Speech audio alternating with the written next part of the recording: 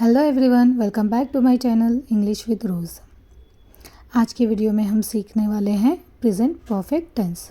ये टेंस सुनने में थोड़ा कंफ्यूजिंग लगता है, लेकिन इस वीडियो के बाद वो कंफ्यूजन आपका क्लियर हो जाएगा। इस वीडियो को एंड तक देखिए, क्योंकि मैं सब कुछ step by step slow Hindi और इंग्लिश में एक्सप्लेन करूँगी। चलिए शुरू करते हैं। सबसे पहले इसका यूज़ देखते हैं। इसका यूज़ समझते हैं कि हम इसको कब यूज़ करते हैं। Finished and unfinished actions result in present, recent actions और life experiences। देखिए, सिंपल वर्ड्स में हम इस टेंस को यूज़ करते हैं जब भी हमें बताना हो कि कोई काम कंप्लीट हुआ है या फिर नहीं हुआ है और उसका रिजल्ट जो है वो प्रेजेंट में है, तब हम इस टेंस का यूज़ करते हैं। जैसे कि मैंने फाइल्स भेज दी है, वो जा चुका है, उसने टीम को इन्फॉर्म कर दिया है, मैं अभी अभी आई हूँ, मैंने खाना खा लिया है, उसने नहीं इन्फॉर्म किया, वो अभी तक नहीं आए हैं। और हम इस टेंस का यूज़ करते हैं लाइफ एक्सपीरियंसेस शेयर करने के लिए। जैसे कि मैं ऑलरेडी वहाँ जा चुकी हूँ, वो वहाँ पे कभी नहीं गया है, उन्होंने ऑलरेडी ये टेस्ट किया है। तो बस इन्हीं सब चीज़ों के लिए ये टेंस यूज़ करते हैं। और सेंटेंसेस के एंड में ये पता चलता है कि कोई काम हो गया है या फिर नहीं हुआ है। इन सेंटेंसेस के एंड में आता है गया है, करा है, भेजा है, दिया है, किया है। चलिए अब इसका रूल देखते हैं। सब्जेक्ट प्लस हैव या फिर हैज़ प्लस वर्ब की थर्ड फॉर्म प्लस ऑब्जेक्ट। अब देखिए यहाँ पे सब्जेक्ट प्लस हैज़ या हैव। अब ये हैज़ या हैव कब यूज़ करना है? जब भी सब्जेक्ट हमारा सिंगुलर हो तो उसके साथ हैज़ यूज़ होता है। जैसे कि ही, शी, इट। अब देखिए यहाँ पे ही, शी की बजाय किसी एक बंदे का नाम भी आ सकता है और इट की बजाय कोई ये एक चीज़ भी हो सकती है। तो जब हमारा सब्जेक्ट सिंगुलर हो तो उसके साथ हमेशा हैज़ यूज़ होगा। और उसी तरह जब हमारा सब्जेक्ट प्लूरल हो, जैसे कि यू, वी, दे हो, तो इसके साथ हैव यूज़ होगा। और एक बात, इसमें आई के साथ भी हैव ही यूज़ होगा। देखिए अब आप बोलेंगे आई तो सिंगुलर है। जी हाँ, बिल्कुल आई सिंगुलर है और इसको सिंगुलर ही माना जाता है। लेकिन इंग्लिश में आई के साथ डिफरेंट हेल्पिंग वर्ब्स यूज़ होते हैं। जैसे कि हमने पिछले वीडियो में पढ़ा है, आई के साथ हमने एम यूज़ किया है, तो इसी तरह यहाँ पे आई के साथ हैव यूज़ होगा। जब भी सब्जेक्ट हमारा आई, यू, वी, दे हो तो हेल्पिंग वर्ब हैव यूज़ होगा। और हमारा सब्जेक्ट तभी भी सिंगुलर हो, जैसे कि ही, शी, इट, या फिर किसी पर्सन का नेम या फिर किसी चीज़ का नाम हो, तो उसके साथ हेल्पिंग वर्ब हैज़ यूज़ होगा। सब्जेक्ट प्लस हैज़ या हैव प्लस वर्ब की थर्ड फॉर्म।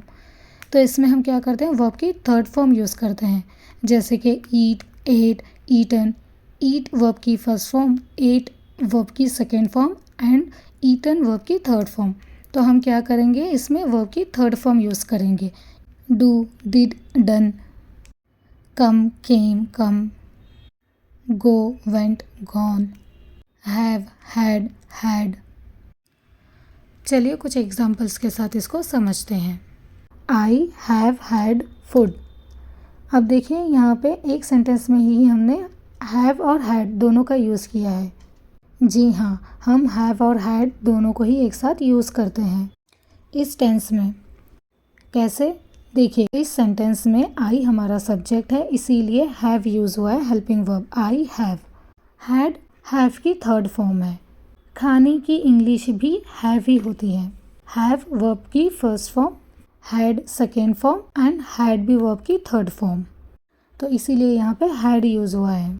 हैड की बजाय हम ईटन भी यूज़ कर सकते हैं। I have eaten food. इसी तरह I have had food. Next, I have learned English. He has completed his homework.